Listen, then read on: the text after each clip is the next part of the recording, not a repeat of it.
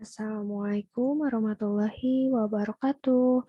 Hello everyone, hello kids. Bertemu lagi dengan Ibu Cindy di sini dengan mata pelajaran bahasa Inggris. Hari ini kita bertemu lagi dengan materi baru, yaitu mengenai naratif teks. Mungkin kalian udah tahu ya naratif teks itu tentang apa, karena pasti udah pernah dibahas sebelumnya waktu SMP ya. Sekarang kita bahas lagi ya. Semoga kalian masih ingat. Kita langsung ke materinya aja. Do you know what is narrative text? Apakah kalian tahu apa itu narrative text? Jadi, narrative text is a type of text that tells an imaginary story and to entertain the reader.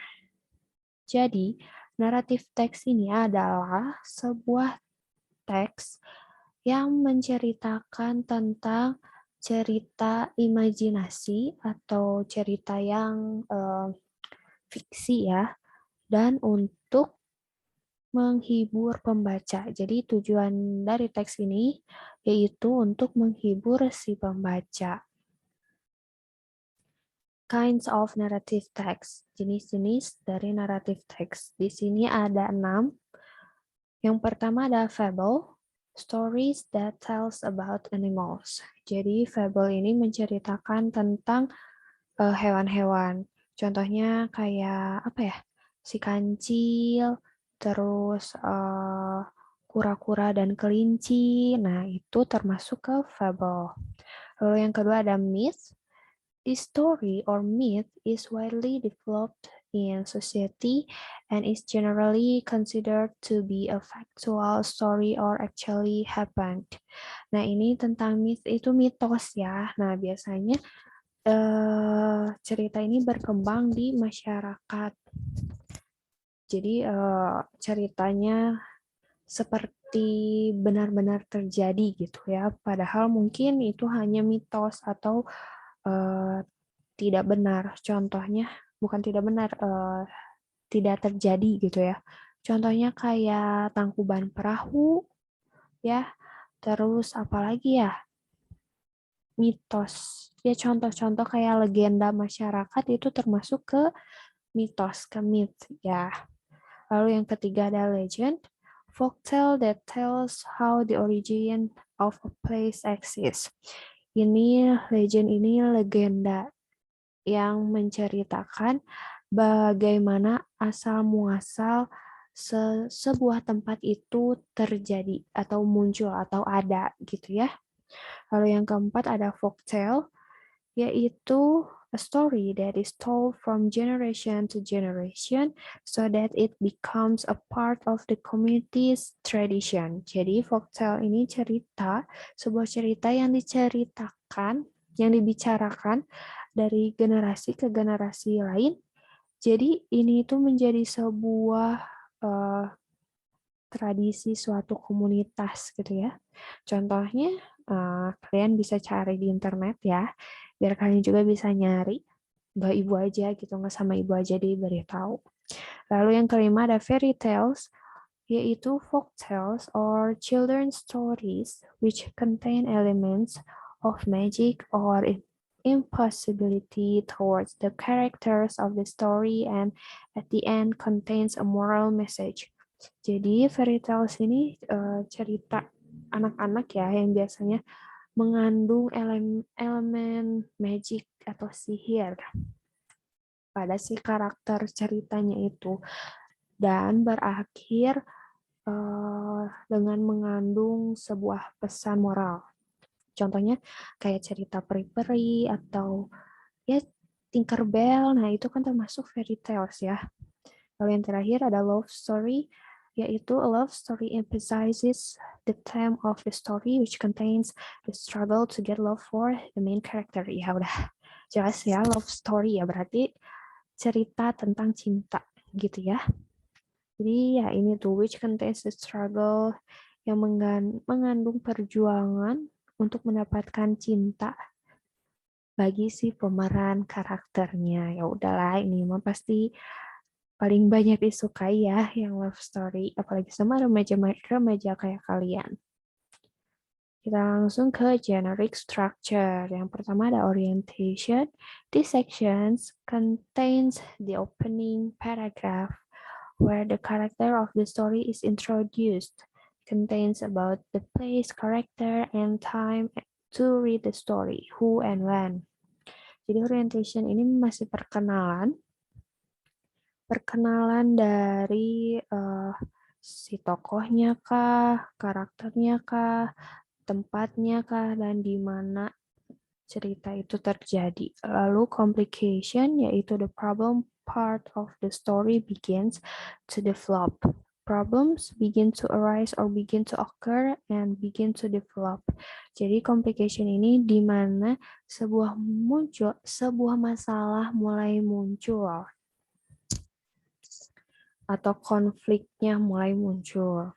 Lalu resolution, the problem part of the story begins to be resolved. The problem is solved either with a happy ending or a bad ending or bad.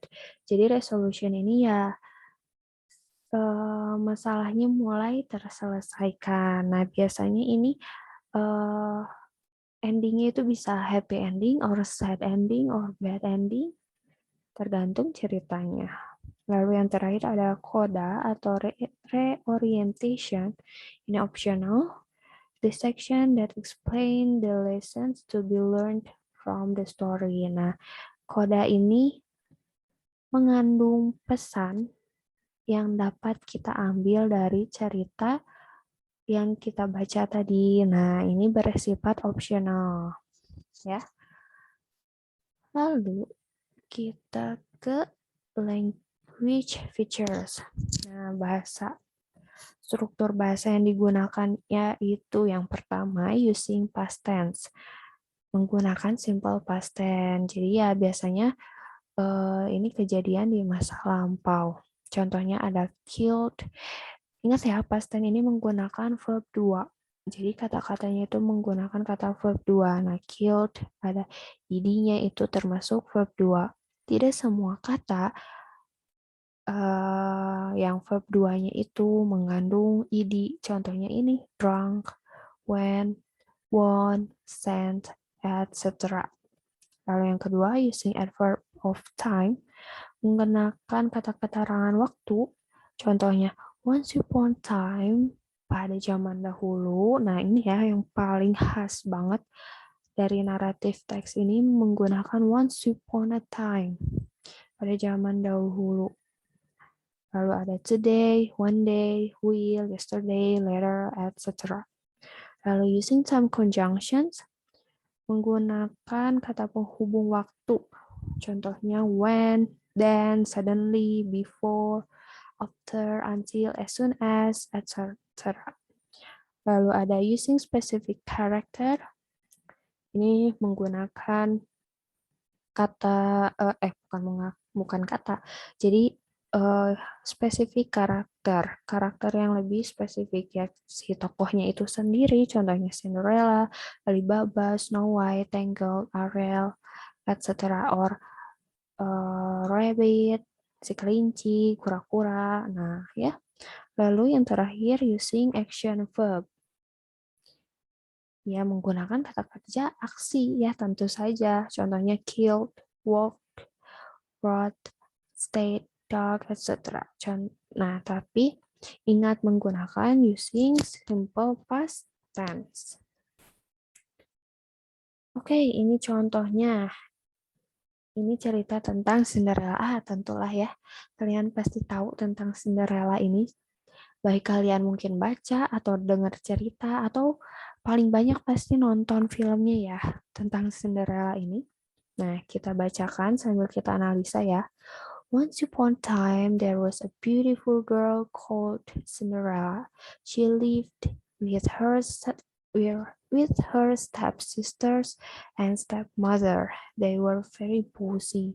She had to do all the housework. Nah, yang paragraf pertama ini termasuk ke orientation.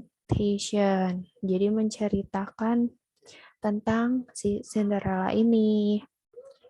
Ya, nah lihat ini menggunakan once upon a time, terus menggunakan simple past tense, menggunakan verb 2, lived, were, had to do. Nah, itu termasuk ke simple past tense. Lalu paragraf 2. One day, an invitation to the ball came to the family. Her step-sisters did not let her go, so Cinderella was very sad. The step-sisters went to the ball without her. Ini complication di mana masalah mulai muncul. Nah, one day, masalahnya apa nih? Jadi, mereka itu kan diundang ya ke apa ini ke pesta di kerajaan. Tapi si Cinderella-nya itu nggak dibiarin buat pergi kan. Si Cinderella-nya sedih. Jadi kakak-kakaknya pergi tanpa dia. Lalu paragraf terakhir, fortunately the good fairy fairly came and helped her to get to the ball. At the ball, Cinderella danced with the prince. The prince fell in love with her, then he married her. They live happily ever after. Nah, ini resolution di mana si masalahnya itu terselesaikan. Dan di sini ceritanya itu happy ending ya, karena Cinderella-nya akhirnya menikah dengan si pangerannya dan hidup bahagia selama-lamanya. Nah, ini contoh dari naratif teks. Ini cerita Cinderella-nya yang sangat-sangat singkat ya. Langsung aja. Oke, thanks. Itu aja mengenai naratif teks ya. Mudah lah kalian pasti tahu. Kalian juga bisa cari contoh-contoh naratif teks. Kan banyak tuh ya tadi jenis-jenis naratif teks. Kalian bisa cari satu-satu, satu contoh tiap jenis-jenisnya itu. Biar kalian tahu ya, kayak tadi fable, myth, love story, kalian bisa cari sendiri. Okay, that's all from me. Thank you very much for your attention. Terima kasih banyak untuk perhatiannya dan sudah mendengar materi dari Ibu. Jika belum paham atau ada yang dipertanyakan, boleh tanyakan saja kepada Ibu. Oke, terima kasih banyak. Wassalamualaikum warahmatullahi wabarakatuh. Have a nice day, everyone. Bye-bye.